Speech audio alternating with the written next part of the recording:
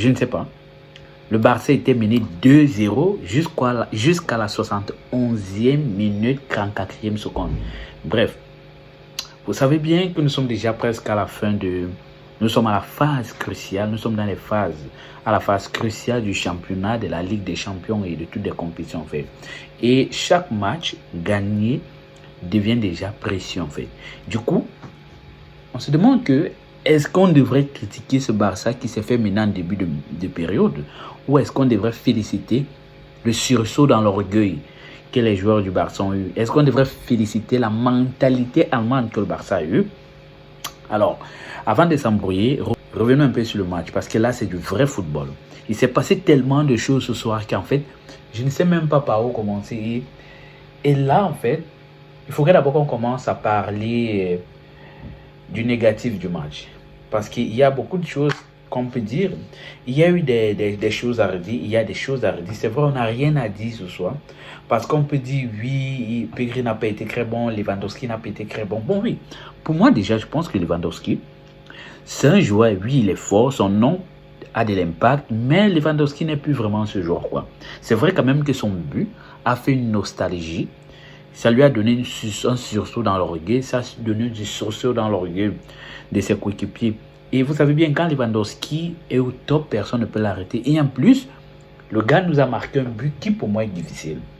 Quand j'ai vu ce but, je me suis rappelé du Lewandowski 2016, 2017, 2018, 2019, 2020, 2021. Bon, c'est vrai, il fallait juste un seul but pour réveiller ou pour avoir un sursaut dans l'orgueil pour l'effectif pour les poulains de Hansi Flick. Alors, c'est vrai, vous savez que c'est très compliqué. Pour moi, en fait, c'est vrai, le Barça nous a déjà donné tellement de grands matchs depuis la saison. C'est vrai, ça reste un début, un détail très très important. Mais parce que là, le Barça ne fait pas la remontada qu'ils font. Mais c'est un but accordé qui peut changer la Liga, qui peut changer le cours de la Liga. Vous savez bien que le Barça était miné, c'était très compliqué. C'est pas comme ça on a été dominé à 100%. Mais un match qui a été fait. Vous savez bien que le Barça a été volé. Mais malgré cela, le Barça a eu à remonter. Et le Barça a écrasé l'Atlético. Alors, je n'ai pas envie d'être trop négatif vis-à-vis de mes petits poulains. Parce que ce qui s'est passé aujourd'hui est exceptionnel. Mais il y a des petites choses qui font en sorte que ça soit comme ça. Le scénario est là, c'est vrai, on a jubilé. C'est vrai, on aurait pu tuer le match, on aurait pu avoir l'avantage dans ce match un peu plus tôt. Avec l'occasion que Lamine Yamal a raté avec le 1-2 avec Daniel Olmo. Et là, je pense que là, Lamine Yamal, il a un petit problème de finition. C'est vrai, on va dire que beaucoup de personnes vont essayer de le critiquer. Il n'a que 17 ans. Ça, il faut quand même le dire. Lamine Yamal, il a 17 ans. C'est un petit frère qui a eu l'habitude de jouer dans la rue. Bon, lui-même, il a dit il a eu l'habitude de jouer dans la rue. Lamine Yamal, côté grip, technicité, passe, oui, il est précis, mais au niveau finition, Lamine Yamal a encore beaucoup de choses à faire. Et je pense que avec le temps, il va s'améliorer. Et vous savez bien que, en fait, ça a été plus facile de rater ça parce que c'était tellement rapide. Il n'avait pas le temps de bien ajuster sa frappe, de bien ajuster la finesse de sa frappe. Et aujourd'hui, il a raté. Bon, c'est vrai, après le raté de Lamine Yamal, il y a le but de Julian Alvarez, qui pour moi, chaque fois que je vois Julian Alvarez jouer contre le Barça, il nous met toujours un but, un peu comme sur l'autre. Les deux là nous mettent toujours un but. Et parfois, je me dis que c'est une erreur du Barça de ne pas avoir cherché Alvarez. Je suis désolé les gars, mais je me dis que ce sont des joueurs, les deux joueurs qu'on aurait pu avoir en fait avec le système de jeu barcelonais. Mais maintenant, avec Alvarez qui est sorti, c'est une bonne chose pour nous. Pourquoi? Parce que si Alvarez restait, ça aurait vraiment changé la donne. Parce que même, vous voyez, c'est un avant-centre qui a vraiment la possibilité de marquer. Quand il a l'occasion, il te punit là, avec sa petite taille. Et vous savez, le Barça a couru derrière le score au Metropolitano. Bon, c'est vrai qu'à la première mi-temps, je n'étais pas très content. Parce que on était plein à penser en fait. Moi, je me disais que c'est mort en fait. 1-0 au Metropolitano, qui sait défendre et qui ne laisse pas la possibilité de marquer. C'est très compliqué pour nous de marquer quoi. Moi je me disais que le match allait finir 1-0, qu'on allait perdre ou maximum faire nul. Et en plus, quand les gars font le 2-0 et en plus on valide le but, je me suis dit qu'en fait tout était contre nous. Leur objectif c'était de nous faire passer finir le match un but, leur objectif était de nous faire perdre le match ou de nous laisser partir avec le nul. Mais Flick est en train de nous montrer que c'est possible de remonter en fait. Ce que moi je vois cette année, ce n'est pas une chose habituelle. Je suis surpris par le Barça, mais pas par Flick. Pourquoi? Parce que je suis surpris par le Barça. Pourquoi? Parce que les gars sont capables de renverser les situations inconfortables, que tout le monde te voit bizarrement et les gars reviennent en fait. Ça a été le gars face à l'Atlético malgré le fait que nous ayons fait 4-4. Ça a été le gars face au Benfica. Ça a été de nombreuses fois en fait. Et moi je dis que c'est tellement bien pour ce nouveau Barça et j'aimerais vraiment que ce Barça finisse la compétition avec un triplé, pourquoi pas. Bon, j'ai pas envie d'avoir de l'exploit pour avoir un triplé comme je viens de le dire. Mais si le Barça continue comme s'il peut faire cet exploit. Et moi je pense que c'est possible si on part match après match comme Flick le dit tout le temps. Mais là, avec la dernière ligne droite, comme je suis en train de le dire depuis dans mes vidéos, nous sommes à la dernière ligne droite et le Barça doit vraiment faire des grandes choses. Et c'est très impressionnant ce que le Barça a fait hier soir, ce soir en fait. Pas au Barça, mais à l'Atlético de Madrid. Et en plus, le Barça était mené 2-0. C'est vrai aussi qu'il y a des équipes que le Barça pourrait rencontrer et que le Barça ne pourra même pas remonter. C'est vrai, le Barça a déjà eu à faire des grands matchs. Je l'ai dit. Le 4-2 d'aujourd'hui, pour moi, il est très impressionnant en fait, plutôt que le 4-0 au Bernabéu. Pourquoi? Parce que le Bernabéu, tu sais qu'il y a la première médaille, le Real Madrid peut faire précis, peut te marquer. Il n'y a pas de débat en fait.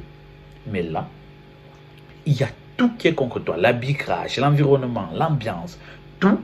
Je vous l'ai dit, pour moi, l'objectif c'était de nous laisser rentrer avec le nul si on faisait grand chose ou bien de finir avec la défaite.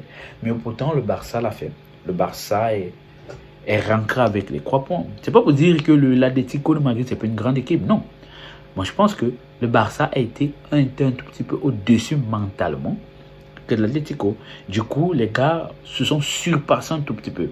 C'est vrai, ici je vais parler un peu de la prestation de Rafinha, de Daniel Olmo, de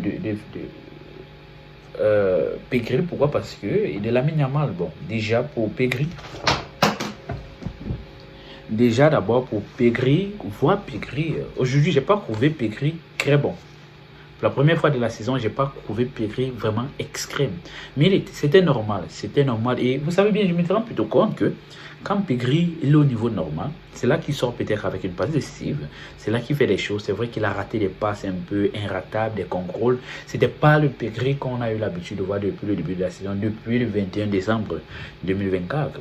Alors, que dire alors de Rafinha? Je pense que si Rafinha veut vraiment être un prétendant crédible pour le Ballon d'Or, Rafinha devrait vraiment se réveiller. C'est pas pour dire qu'il n'a pas cette possibilité de gagner le Ballon d'Or. Non, c'est vrai, Rafinha, il marque des buts importants, il fait des passes importantes. Mais je pense que là, Rafinha devrait vraiment commencer à se réveiller et commencer à ancrer dans les matchs. Pourquoi? Parce que on a tendance, ou bien j'ai tendance à voir que il a tendance à parfois disparaître dans certains matchs et réapparaître un peu plus. Oui, c'est le football. Mais je pense qu'il devrait vraiment commencer à créer dans le match du début jusqu'à la fin. Il n'est pas obligé de marquer tous les matchs, mais il doit vraiment impacter dans le match.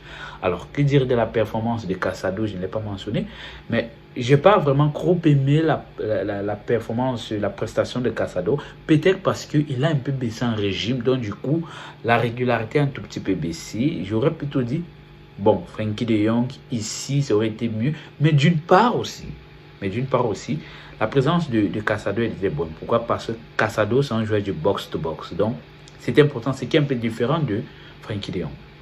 Donc, je pense que son entrée, elle n'était pas très bonne. Il a fait quelques petites erreurs de passe. Bon, il a l'habitude de le faire, mais ses erreurs de passe ne sont pas souvent dangereuses. Mais aujourd'hui, elle était plutôt dangereuse. Heureusement, en fait, Nico Martinez est venu sauver, en fait. Il est venu arranger son erreur. Alors, que dit de Daniel Olmo? Moi, j'ai trouvé aussi Daniel Olmo un peu dans la forêt, un peu transparent, hormis son action pour Lamine Yamal, où il a raté. Donc, je pense que le match de ces joueurs-là n'était pas très bon. Il n'était pas très bon, en fait. Il était là, mais pas très bon.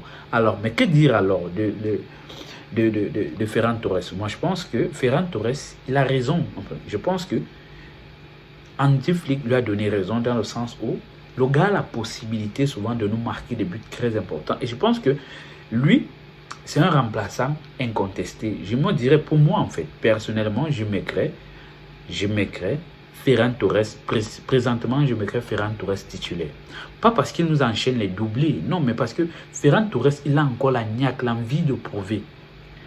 Lewandowski, il n'a plus besoin de prouver. Ferran Torres, il a envie de prouver, il veut se montrer, il veut montrer qu'il a raison, sur se dire que non, je resterai au Barça et je vais m'imposer au Barça. Donc du coup, Ferran Torres, il a sa place au Barça présentement. Pourquoi? Parce que le gars nous sort souvent de certaines situations. Ça a été le cas dans plusieurs matchs. C'est vrai que sur le but et sur l'égalisation, c'est Rafinha qui sème la révolte. Et c'est en ce moment en fait que Rafinha s'est reconnecté dans le match parce qu'il n'a pas fait grand chose. Mais comme je parle de Ferran Torres, je pense que Ferran Torres, c'est un joueur qui peut faire mieux. Il peut être impactant, il peut être dominant sur les défenseurs. Donc moi je pense que c'est tellement beau. C'est tellement beau que ça soit la passe de Rafinha sur Ferran Torres a été magnifique. Que ça soit l'entrée de Ferran Torres de Eric Garcia qui n'a pas été très magnifique. Mais je pense que la main de Rodrigo de Paul devrait être refusée. Mais on connaît tous. L'objectif c'était de nous bloquer, de nous recaler en fait, de nous faire perdre les points. Mais nous sommes rentrés avec 3 points. Bon, c'est vrai que l'absence de Frenkie de Jong s'est un peu fait ressentir. Mais d'une part, elle était bonne ou elle était mauvaise. Elle était mauvaise dans le sens où Casado a un peu perdu sa régularité, sa concentration. Elle était bonne, pourquoi? Parce qu'on avait besoin d'un milieu du box-to-box. Mais bon, on a eu combien d'émotions dans cette saison? Et là, j'ai l'impression que on vit déjà, on vit des émotions en forme de montagne russe. On monte, on descend, on monte, on descend et puis c'est très important en fait. Et combien de matchs le Barça a déjà joué? Les grands matchs, des matchs très importants. Tu vois, il y a d'abord le 4-4 face à l'Atlético de Madrid. Après, il y a le 2-1 où on perd face à l'Atlético de Madrid. Après, il y a le 1-0, 10 contre 11 contre le Benfica. Après, il y a le 3-2 face au Dortmund. Après, il y a le 5-4 face au Benfica. Il y a des grands matchs. Bon, je pense que ça, c'est une très bonne chose pour le Barça. Pourquoi? Parce que le Barça est dans une mentalité gagnante et c'est très important parce que là, nous sommes en train d'entrer dans une phase très compliquée. Alors, après tout cela, on va essayer de bien s'asseoir, de bien analyser et de faire une synthèse du Barça, des victoires du Barça, des matchs du Barça. Qu'est-ce qu'il y a à retenir? Qu'est-ce qu'il faut améliorer? Et qu'est-ce qu'on doit garder comme tactique, comme mentalité? Vous savez bien, supporter le Barça, c'est comme sortir avec une femme. En plus, une femme courte.